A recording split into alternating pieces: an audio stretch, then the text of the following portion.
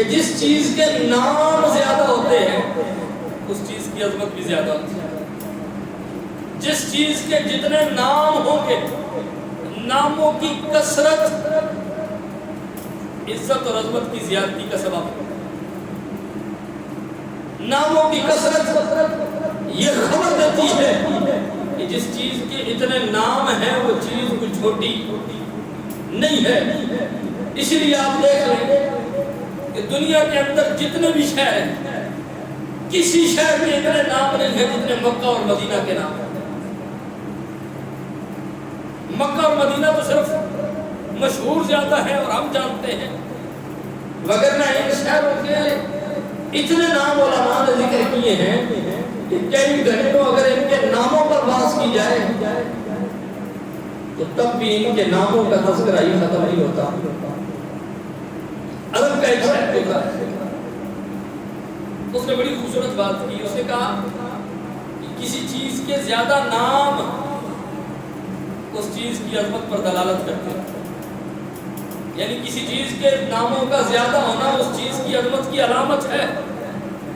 اور آپ دیکھ لیں خانہ کعبہ کے، شہر مکہ کے کتنے نام ہیں. اور سب سے پہلے آپ دیکھیں کہ قرآن مجید نے جس نام سے اس شہر کا تذکرہ کیا، ایک نام والا میری تھی بودیا لینا سے للذی بمکہ.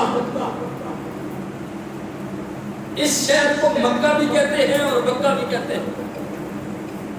اب علماء نے بڑی خوبصورت بات کی کہ مکہ اور بکہ میں فرق کیا ہے.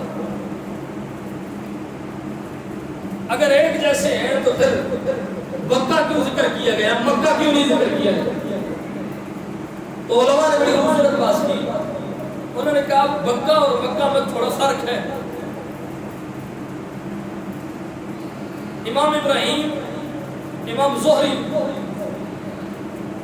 اور حضرت اکرمہ کا یہ بیان ہے کہ بیت اللہ شریف اور اس کے ارد گرد کا جو قریبی علاقہ ہے، جو اس کے بالکل پاس کا علاقہ ہے، اس کو بکہ کہتے ہیں.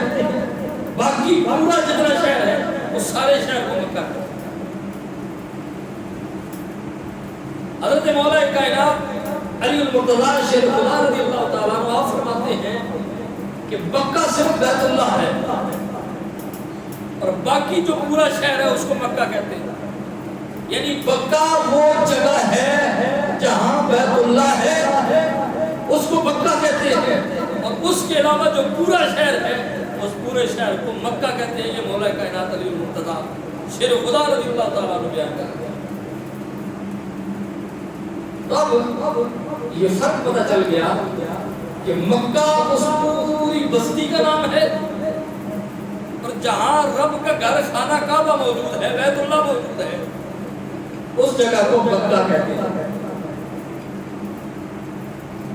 اب مکہ کا کیا مطلب ہے؟ تو مکہ کے حوالے سے علماء نے لکھا کہ مکہ کا ایک معنی ہے تھکیلنے والا، جذب کرنے والا. چونکہ یہ شہر اللہ کے نبی کے قدموں کی برکت سے پہلے حضرت اسماعیل، حضرت ابراہیم، پھر کریم نبی صلی اللہ علیہ وآلہ وسلم کی آمد کی وجہ سے اس شہر کو ایسا آباد کیا گیا اور اس کی آبادی ایسی ہوئی اور کثرت سے ہوئی کہ یہاں چلنے والے اور طواف کعبہ کرنے والے شوق عبادت میں اور کعبہ کی زیارت کے شوق میں ایک دوسرے کو دھکیل کر کوشش کرتے ہیں کہ ہم اس گھر کی طرف جائیں، ہم اس گھر کی زیارت کریں. تو دھکیلنے والے کا مطلب یہ ہوا کہ اس کو مکہ اس لیے کہتے ہیں کہ یہاں اللہ کی مخلوق گویا ایک دوسرے کو دھکیل کر لے کر آتی ہے خانہ کعبہ کی زیارت کے لیے. اور اس کا ایک مطلب ہے جذب کرنے والا.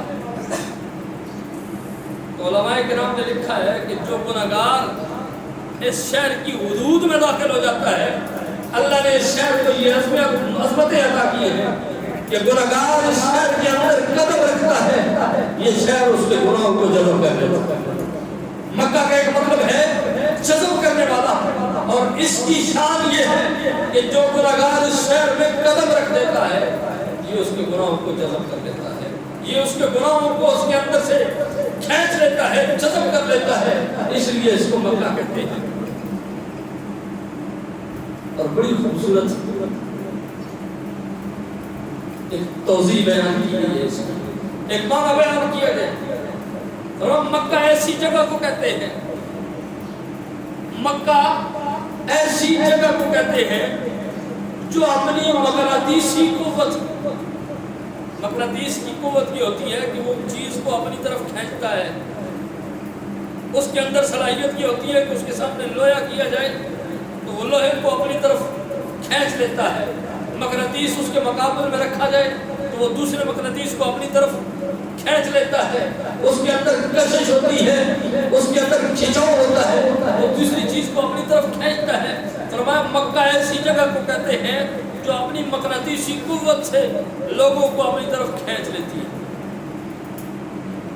جس نے لوگوں کو اپنی طرف متوجہ کر لیا ہے، اور یہی وجہ ہے کہ مخلوق خدا دور دراز سے فقط اس گھر کے طواف کے لیے آتی ہے، زیارت کے لیے آتی ہے، اور اس طرح کھینچتی چلی آتی ہے کہ جیسے یہ خود نہیں آ رہے، ان کو کوئی کھینچ کے لے جا رہا ہے۔ فرمایا مکہ کہتی اس جگہ کو ہے کہ جو اپنے محبت کرنے والے جہاں بھی موجود ہو انہیں کھینچ کر اپنی طرف لے آتا ہے۔ اس سے پتہ کیا چلتا ہے کہ یہ بڑا عظمت والا شہر ہے، اور جو بکہ ہے نا، بکہ اس کا مطلب یہ ہے کہ بکہ ایسی جگہ کو کہتے ہیں جہاں بڑے سے بڑا جابر بھی آئے، جہاں بڑے سے بڑا سرکش بھی آئے تو اس کی گردن آ کے جھک جائے جس جگہ پر، اس جگہ کو بکہ کہتے ہیں۔ جو بڑے بڑے سرکشوں کو، جو بڑے بڑے جابروں، ظالموں اور اپنے آپ کو بہت بڑا سمجھنے والے کو اپنے سامنے جھکا دیتا ہے، اس کو بکا کہتا ہے۔